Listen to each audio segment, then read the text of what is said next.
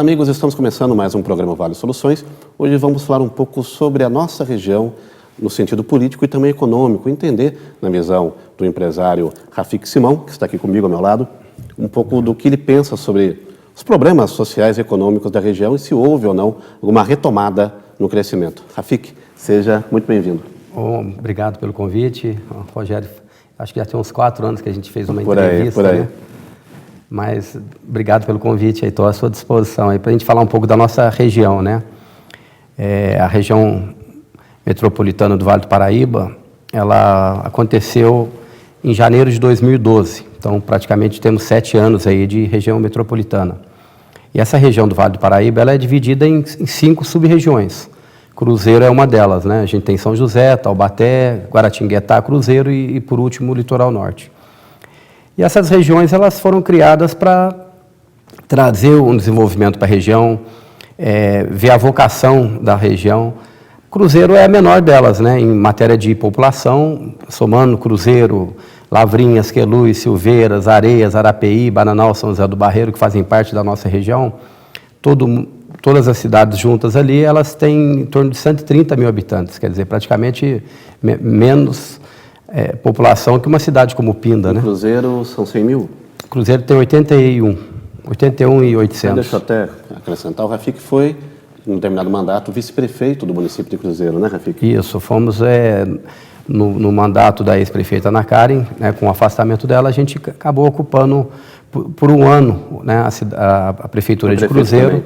Fui prefeito durante um ano, e nesse período a gente pôde participar, né, do CODIVAP, que era o consórcio dos municípios, né, onde os prefeitos se reuniam para a gente poder estar traçando algumas metas em comum. Então, essa ideia da região metropolitana, ela realmente veio para poder dividir o nosso vale e aproveitar as potencialidades da região ali. Na prática, se discute muito isso, Rafik, que o vale ainda a região metropolitana é só uma nomenclatura. Isso, e na prática não aconteceu ainda não. A ideia é boa. A execução, que não, de repente não aconteceu como deveria. Então, na nossa região ali, Cruzeiro faz parte, a maioria das cidades que estão ali na região metropolitana são do Vale Histórico. Então, qual que é a vocação daquela nossa região? Seria o turismo, né? Uma região que poderia aproveitar o potencial da Serra da Mantiqueira, das cachoeiras. Cunha está na região de vocês? Não. Cunha pertence a Guaratinguetá. Tá. É Cruzeiro para lá. Tá. Nem Cachoeira tá. Cachoeira, Piquete, Potinha, Aparecida fazem parte da região de Guaratinguetá. Então, aquela região nossa ali, a vocação realmente dessa região metropolitana seria o turismo. Cruzeiro já tem uma ascendência também, poderia estar explorando mais a parte por ser um entrocamento rodoviário e ferroviário ali, né, uma região de distribuição de produtos, né, para se montarem ali CDDs, centro de distribuições diretas. Uma boa ideia. Das principais empresas. Seria bem pertinente isso daí, né? Inclusive tem uma fábrica que ela começou a se instalar na cidade de Cruzeiro. A princípio ela ia fabricar parte de alumínio, beneficiamento de alumínio para telhas, calhas e outros produtos. Até na época eles estavam procurando uma região que fosse próxima à linha férrea, porque o material vem de Volta Redonda, da usina, né, da CSN de Volta Redonda. E, de repente, a própria situação econômica do país, isso não aconteceu. E hoje se especula bastante o que poderiam fazer com aquele galpão imenso lá. Parte foi comprada pela empresa, parte foi doada pelo município de Cruzeiro na época. E hoje está um galpão grande ali, que pode ser realmente um grande centro de distribuição direta, né? Às vezes a gente vê nas propagandas aí, dessas grandes redes de eletrodomésticos, aqueles galpões enormes, aqueles caminhões entrando e saindo. Eu não vejo assim, uma alternativa, de repente, melhor do que ali montar um centro de distribuição direta. E Cruzeiro tem também a vocação para novas faculdades ali, né? Hoje a gente tem 2 faculdades ali, uma autarquia municipal e a outra do setor privado, e eu acho que comporta mais ainda alguns cursos ali. Então, é uma outra vocação que Cruzeiro teria. E hoje, a segunda arrecadação do município, praticamente ela vem do comércio de Cruzeiro. Cruzeiro tem um comércio de rua muito grande, muito rico. E na década de 70, meu pai era comerciante na época ali, Cruzeiro tinha um comércio mais forte que Pinda, que Resende, engraçado a gente ver hoje Pinda com 160 mil habitantes quase, dobro de Cruzeiro, ver Resende, com aquelas indústrias ali na beira da Dutra, mas de repente eles são mais privilegiados territorialmente, grandes extensões de terras planas, beira de Dutra e tudo, e Cruzeiro vai ter que fazer políticas públicas voltadas para a sua vocação. Então a gente aguarda, e aí que nos próximos anos aí a coisa aconteça, né? A gente sempre escuta aí uns rumores que podem estar reativando a nossa rede ferroviária, que seria excelente para o município de Cruzeiro. Eu lembro que na década de final de 70 para 80 ainda tinha o trem de aço Cruzeiro Rio de Janeiro, né? São Paulo, Rio, e Cruzeiro ficava no meio. Então saía... Era parada obrigatória? Saía às 6 horas da manhã de São Paulo, 6 horas da manhã do Rio, e cruzava o meio-dia em Cruzeiro. Uhum. Eu, em algumas oportunidades, ia para Barra do Piraí, estado do Rio, que tinha alguns parentes lá, então pegava meio-dia e chegava 2 horas da tarde lá. E o trem realmente, não a nível só da nossa região, né, mas eu costumo dizer o seguinte, o país ele não precisa ser ele a fomentar a ferrovia, a rodovia. A gente tem a iniciativa privada para isso, né? Se abre leilão aí, você vai ter empresa alemã, japonesa, tudo. Coreana. Então, coreana, a gente pode rasgar esse país de fora a fora aí com ferrovias aí. Na verdade, foi um modelo que foi adotado nos países asiáticos, né? Isso. Então, acho que o importante é que a classe política, no geral, né, no país inteiro, ela realmente compreenda que a gente precisa evoluir, né, que a gente precisa caminhar e nos adaptar aos dias de hoje, né? Hoje, se você não abrir o seu capital, se você não expandir para parcerias público-privadas, se você não privatizar, se você não der condições, né, da economia poder aumentar, ficar só esperando o Estado, seja prefeituras, governo do Estado, federal, alavancar esse desenvolvimento, nós vamos demorar aí muito tempo ainda, né? Você acredita muito na vocação turística de Cruzeiro? Cruzeiro e as cidades ali menores? Acredito, não a curto prazo, né? A gente pensa eu acho que a gente precisa iniciar esse trabalho de turismo, preparar a população para poder receber o turista e entender que o turismo é uma fonte de renda, dar condições e viabilizar aí que donos de pousadas, né, de hotéis, áreas que a gente possa transformar em áreas de lazer, né, balneários, procurar as regiões, mapear essas regiões e tentar trabalhar em cima disso. Isso não é uma coisa... Só te cortar um minutinho, tá. Vou só chamar o nosso primeiro intervalo. Tá bom. Está no nosso horário, daí na sequência a gente volta para continuar falando sobre turismo. Tá Nós bom. vamos para o intervalo, voltamos em instantes.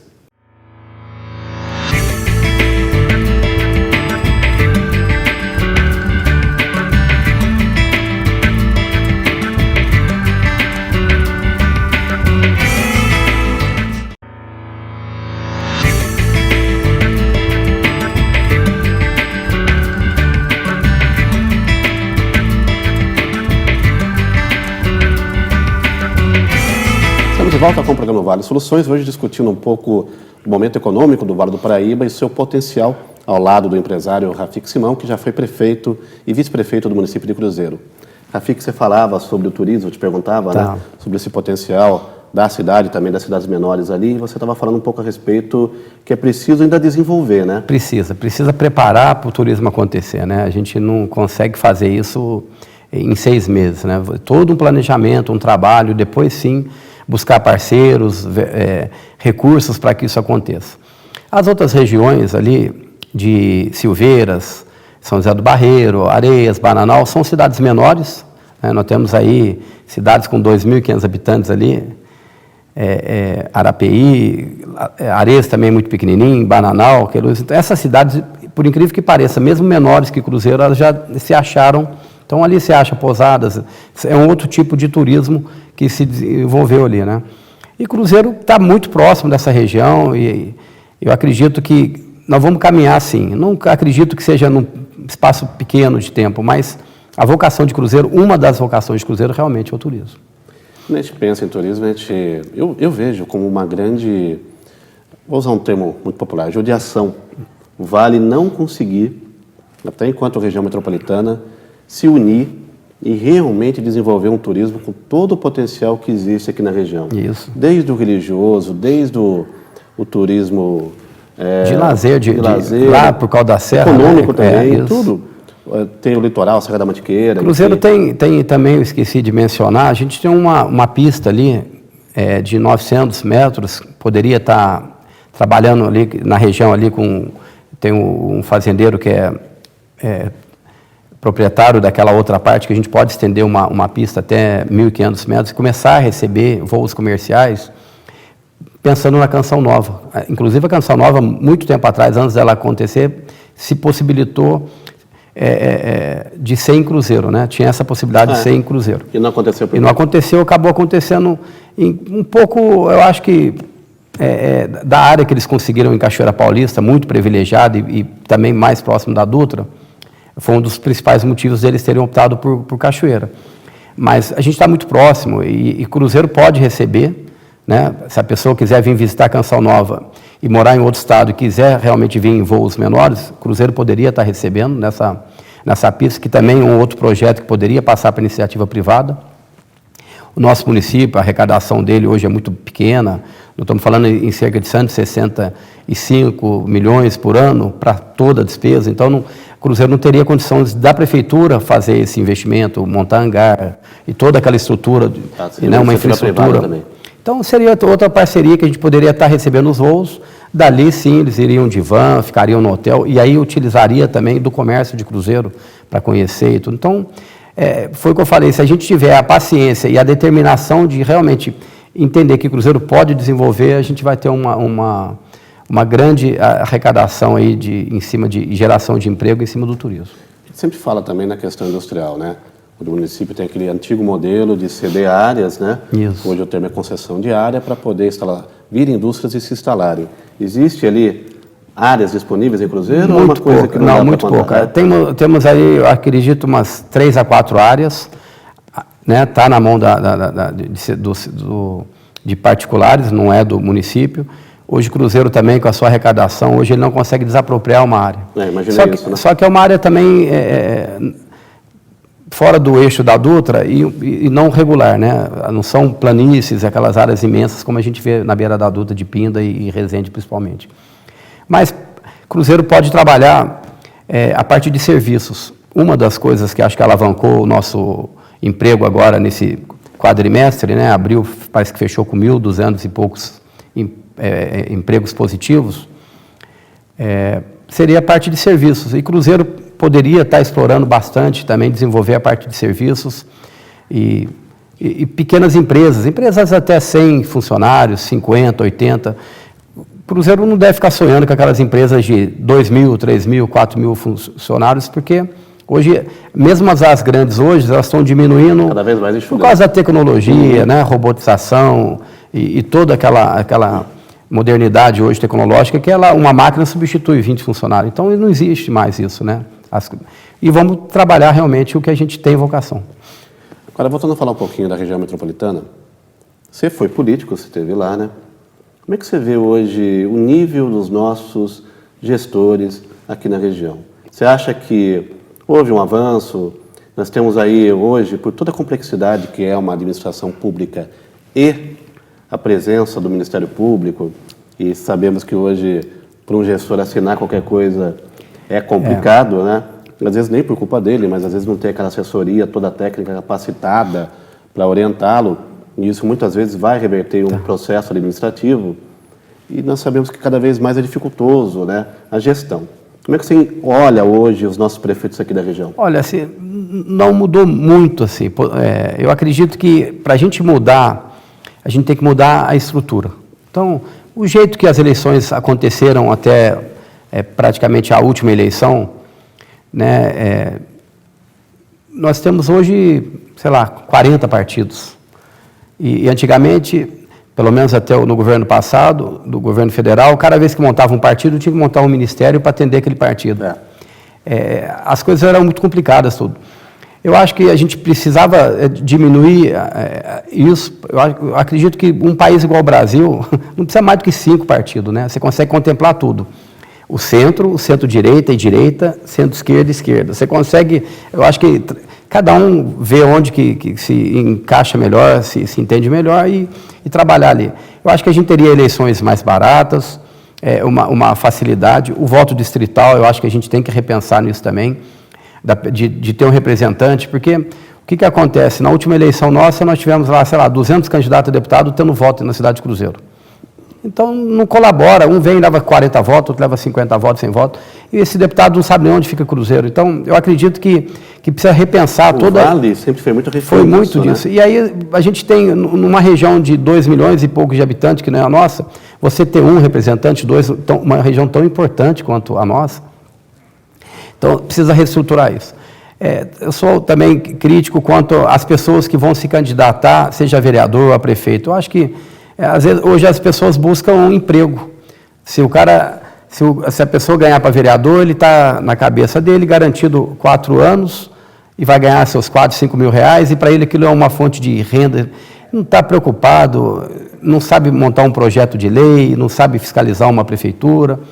Então, eu acredito que para a pessoa ser candidata, seja vereador a deputado ou a prefeito, eu teria que ter um curso mínimo, que nem que fosse 6 meses. Mas aí também não deveria ser uma exigência do próprio partido, Rafik? Acredito. Vou deixar você responder isso no nosso bloco final. Então, tá bom. A gente vai fazer o último intervalo, voltamos já com Vale e Soluções.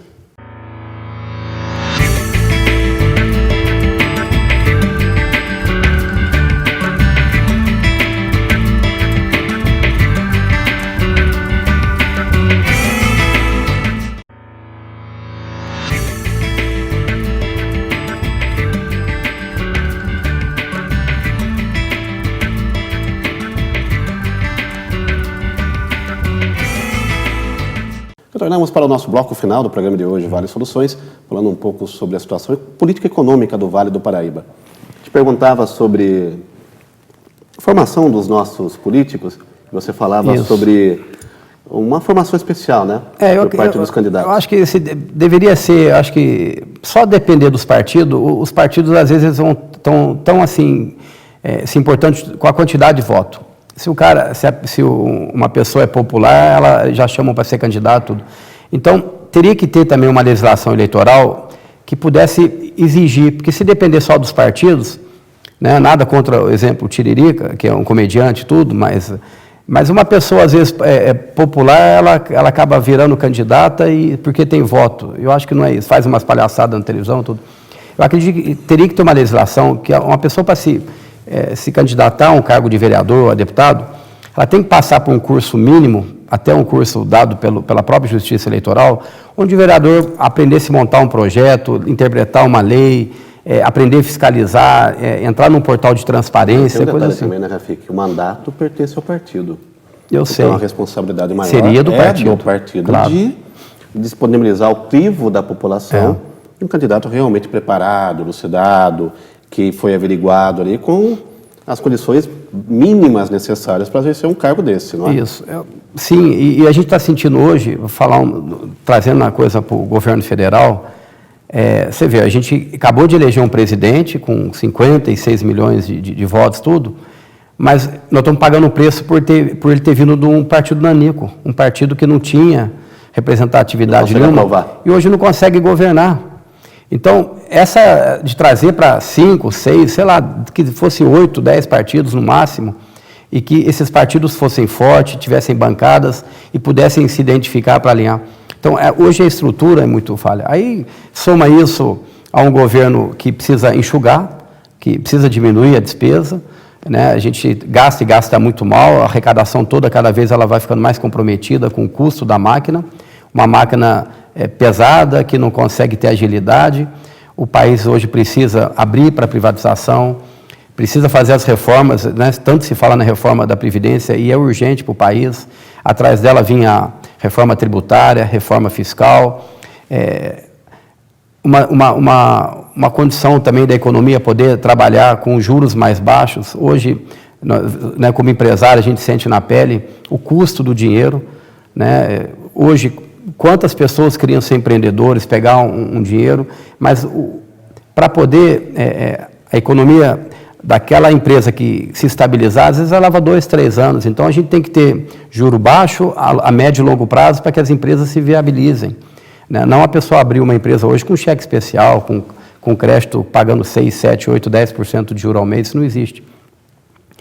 Precisa desregulamentar um pouco, facilitar um pouco a abertura das empresas, não onerar hoje quem quer dar emprego. Às vezes, para contratar um funcionário, você fica 10 pensa 10 vezes antes de contratar, porque é o salário dele mais quase o dobro de impostos, encargos que vem em cima disso. Então, a gente precisa desregulamentar um pouquinho isso daí. Então, temos bastante coisa aí para poder, o dever de casa para ser feito, para que a gente possa realmente buscar a nossa vocação. Uma economia, né? Nós somos a 8ª economia do mundo, um país rico como o Brasil, não era para estar nessa dificuldade toda, né? Com 7% de analfabeto. Rico de commodities.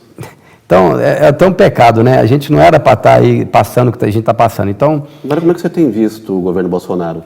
Eu acredito que eles têm boa vontade de acertar, isso é inegável, né?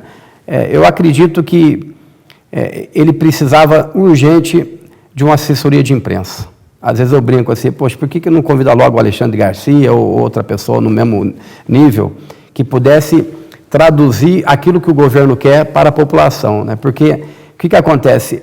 Ele não tem a melhor das oratórias. Às vezes ele vai falar, e ele costuma falar nas entrevistas dele, assunto de economia que não deveria deixar para o Paulo Guedes, assunto outros que deveria ficar para outros ministros, tudo. E ele, às vezes, ele fala e uma palavra colocada errada. E a gente sabe da guerra que ele travou com a imprensa, principalmente com a maior concessionária do país, e a gente sabe que se deixar uma vírgula, eles vão vir para cima com tudo.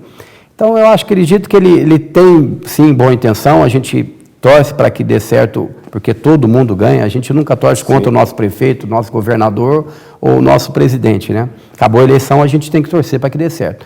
Eu acredito que falta ali uma comunicação para o governo dele e que os partidos também dificultem o mínimo possível. Eu acho que não é hora de cada um buscar os seus interesses, né? Isso acontece muito na política brasileira. Eu acredito que todo mundo tinha que pensar agora no Brasil, no país e no desenvolvimento do nosso país. Você acha que a reforma da Previdência ela ainda acontece esse ano? Acredito que sim. Acredito que sim. Fiquei feliz de saber que o relator, o nosso deputado aqui da região, Samuel Moreira, é uma pessoa da nossa região conhecido. Eu acredito que é uma pessoa séria, uma pessoa que está tentando apaziguar um pouco os ânimos ali para trazer. O PSDB está fechando, né? Praticamente fechou com o contexto da reforma, né? Eu acredito que sim, até porque o nosso governador é do Dória, né? Ele nunca escondeu que é a favor da Previdência. Eles estão passando os apuros aí, que tem alguns deputados que querem tirar os municípios e o governo do Estado da grande reforma, que é um erro. E eu acho que ele também está sendo contra, unificando aí os governadores para que briguem por isso.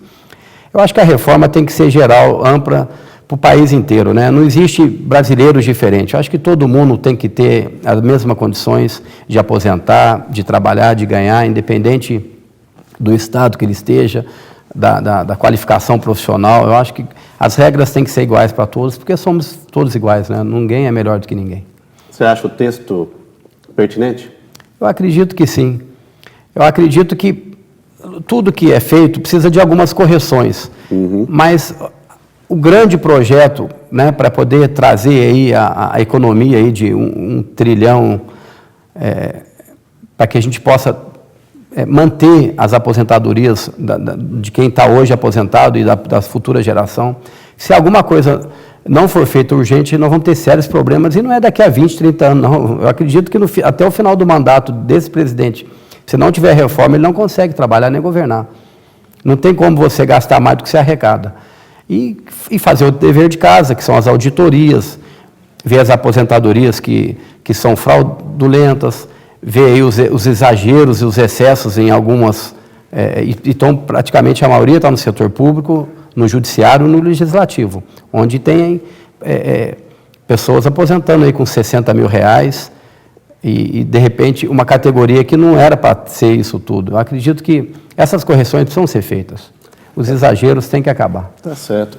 Infelizmente, nosso tempo está esgotado. Eu quero muito agradecer a sua participação. Eu que agradeço o convite, Rogério. Com toda certeza convidá-lo para uma próxima, viu? Se Deus quiser, vamos estar aí. Obrigado pelo convite. Nós chegamos ao final do Vale Soluções de hoje. Nos vemos no nosso próximo encontro. Até lá.